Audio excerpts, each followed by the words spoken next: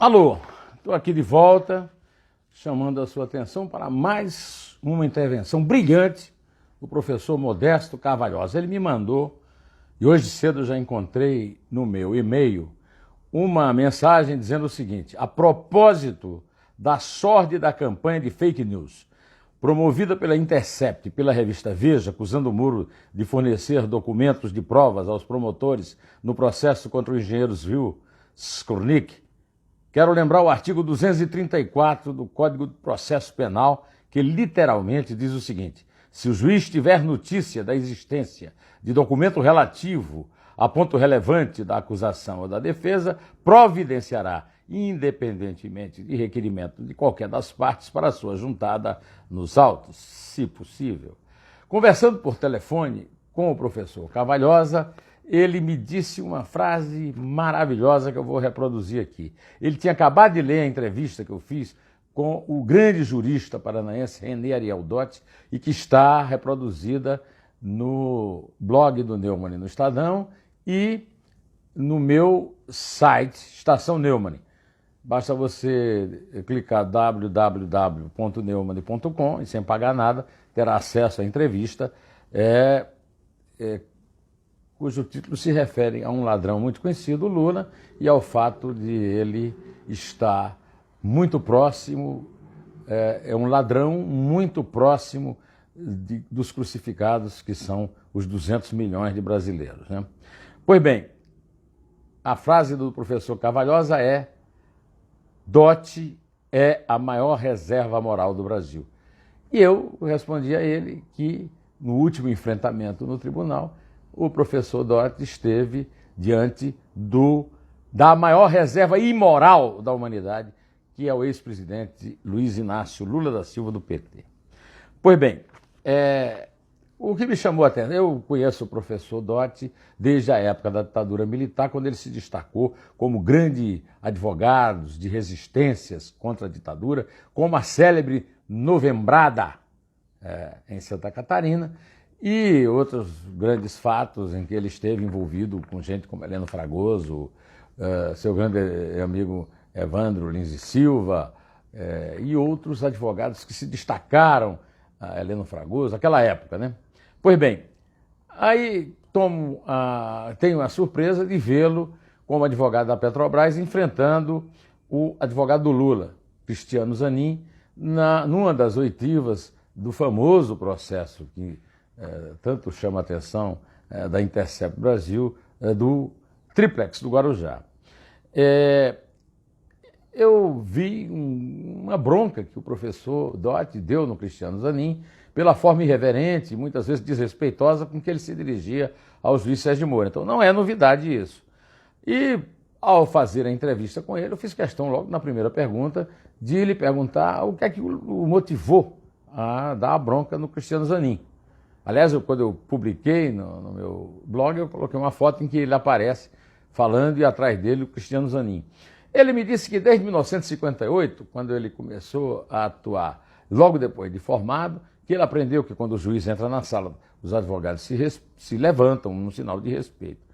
E o chocou muito a forma desrespeitosa, agressiva, da atuação da defesa de Lula. E ele reclamou disso publicamente e me disse na entrevista que nunca antes teve necessidade de interpelar colegas, a exemplo do que ocorreu com o doutor Cristiano Zanin. Do lado do doutor Cristiano Zanin estava um amigo dele, um dos advogados que combateram junto com ele na ditadura, o doutor José Roberto Batoc, que foi presidente da Ordem dos Advogados do Brasil e é filiado ao PDT. Quando, na hora do intervalo, o doutor Batoc, conforme ele me conta na resposta que me deu na entrevista, disse: René, você deveria estar do outro lado. E eu falei: continuo do mesmo lado, da defesa. E lembro que o ministro Evandro Lins e Silva, atuando como assistente do Ministério Público no processo contra o então presidente Collor de Mello, respondeu a pergunta da mesma natureza, afirmando: agora em defesa da sociedade. E eu estou fazendo o mesmo, defesa da sociedade. Enquanto eu conversava com uma pessoa que eu respeito muito, que é o doutor Batoc, o companheiro de velhas lutas, o doutor Dotti e o doutor Batoc foram interrompidos pela mulher do Cristiano Zanin, que também é advogada no mesmo processo, era advogada no mesmo processo. E essa senhora, que é filha do famoso Roberto Teixeira, né, que também é réu em vários processos junto com Lula, nessa questão de transferência de patrimônio e tal. E quem lhe deu esses poderes? Perguntou a moça. E ele respondeu, segundo me disse delicadamente, a minha condição de cidadão. Bom, eu gostaria de destacar para você, se você quiser procurar no meu site, achará a entrevista inteira e vai aprender muito com o Dr. Dotti. Uma das respostas que ele me deu, exatamente a última, em que ele se refere ao que ele chama de intimorato ministro Gilmar Mendes, que concede habeas corpus a cliente de escritório de sua esposa e convence seus pares de que não está jurídica e moralmente impedido por grosseira suspensão. Segundo o Dotti, que tem 84 anos de vida, 56 de advocacia, nunca viu ou soube de desprestígio popular à altura desse maior tribunal do país. E ele falou também a respeito do bordão Lula livre, que, segundo ele, nos remete ao queremismo do Getúlio Vargas,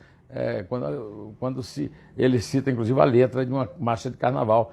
Bota o retrato do velho outra vez, bota no mesmo lugar, bota o retrato do velho outra vez, o sorriso do velhinho faz a gente trabalhar. Com uma diferença que ele faz em relação ao personagem dessa marcha, que é o Getúlio Vargas, comparando com o Lula. Ele disse que há uma diferença fundamental entre os dois. Getúlio Vargas escolheu o suicídio para sobreviver da conspiração das circunstâncias que, inocente, o reduziram à descrença dos aranhóis da política e aos dias amargos de um isolamento cósmico. Foi um estadista na acepção verdadeira da palavra e na prestação pública de suas contas, o saldo foi positivo, apesar da Constituição polaca e do eclipse da liberdade nos idos de 1937 a 1945. O Lula, não. O Lula é um dos ladrões reencarnados que está exposto perto da cruz do povo brasileiro. Morrer a própria morte por suas mãos, isso nunca. Matar, sim. Morrer não é preciso. Viver é preciso. Bom, a referência ao Lula me lembra, mais uma vez eu sou obrigado a referir a você, a enxurrada de mensagens que eu leio. Ah, esquece o Lula. Normalmente de petista que quer mesmo que a gente esqueça o Lula. Não dá para esquecer o Lula. Ontem, os jornais publicaram a notícia que a justiça mexicana... Desculpe, bom, um golinho d'água, tá? Voltando à notícia, a justiça mexicana emitiu ordem de prisão contra o ex-diretor-geral da estatal Petróleos Mexicanos, Pemex, Emílio Lozoya, e 3 familiares, como parte das investigações do caso relacionado à empreiteira Odebrecht, acusada de pagar propinas, segundo informou o Ministério Público mexicano. A Procuradoria detalhou num comunicado que um juiz concedeu na quinta-feira ordem de prisão contra Lozoya, sua mulher, sua irmã e sua mãe, além de outra empresária do setor imobiliário. Ou seja, o Lula é que me persegue, não sou eu. O Lula é que me persegue. O Lula está presente em 33 países que pagaram, que a Odebrecht pagou propina para poder ganhar obras lá, se beneficiar disso e beneficiar o PT em troca das propinas e o próprio Lula. Pois bem, mas já que os petistas não gostam que eu me refira a Lula, eu vou me referir ao Paulo Guedes, né? O Paulo Guedes, porque é um outro assunto importante para hoje, esse sábado frio de um outono que começou a esfriar, né? É a reforma da Previdência. O Paulo Guedes fez um enorme sucesso numa reunião com empresários em São Paulo, e ele disse uma frase que eu faço questão de repetir, a frase que ele disse, porque é maravilhosa, muito contextualizada, né? Ele disse que somos 200 milhões de trouxas explorados por poucas empresas. O Brasil é uma pirâmide de cabeça para baixo, com a União, com o todo de recursos, ao contrário dos Estados Unidos.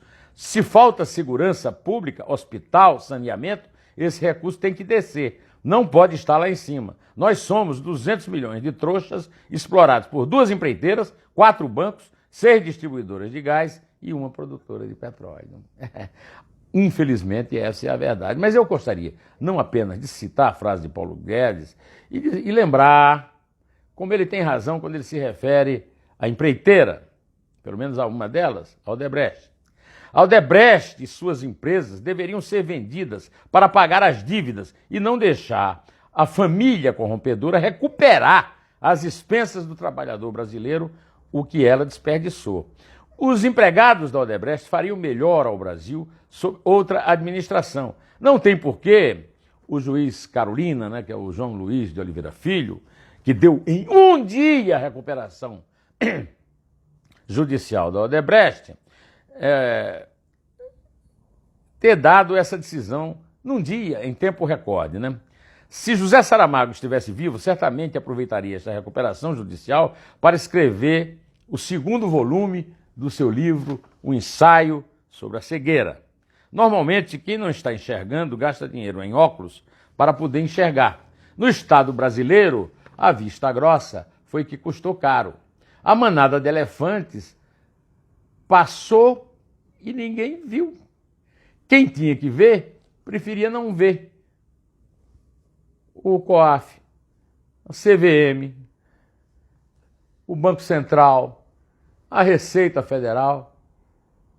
Experimente brincar qualquer coisa com a Receita Federal para ver o número de comunicados que você recebe cobrando. Ninguém recebeu um comunicado cobrando, enquanto essa empreiteira aí, essas empresas que nos exploram, enquanto elas roubavam para proteger o partido que está no poder. Eu quero, ainda para terminar, lembrar que o ministro Palocci, infelizmente, não teve o destaque nos meios de comunicação que está tendo o caso do Intercept Brasil. É uma inversão de valores que precisa ser explicada com detalhes. O que o ministro Palocci está contando veio numa descoberta de um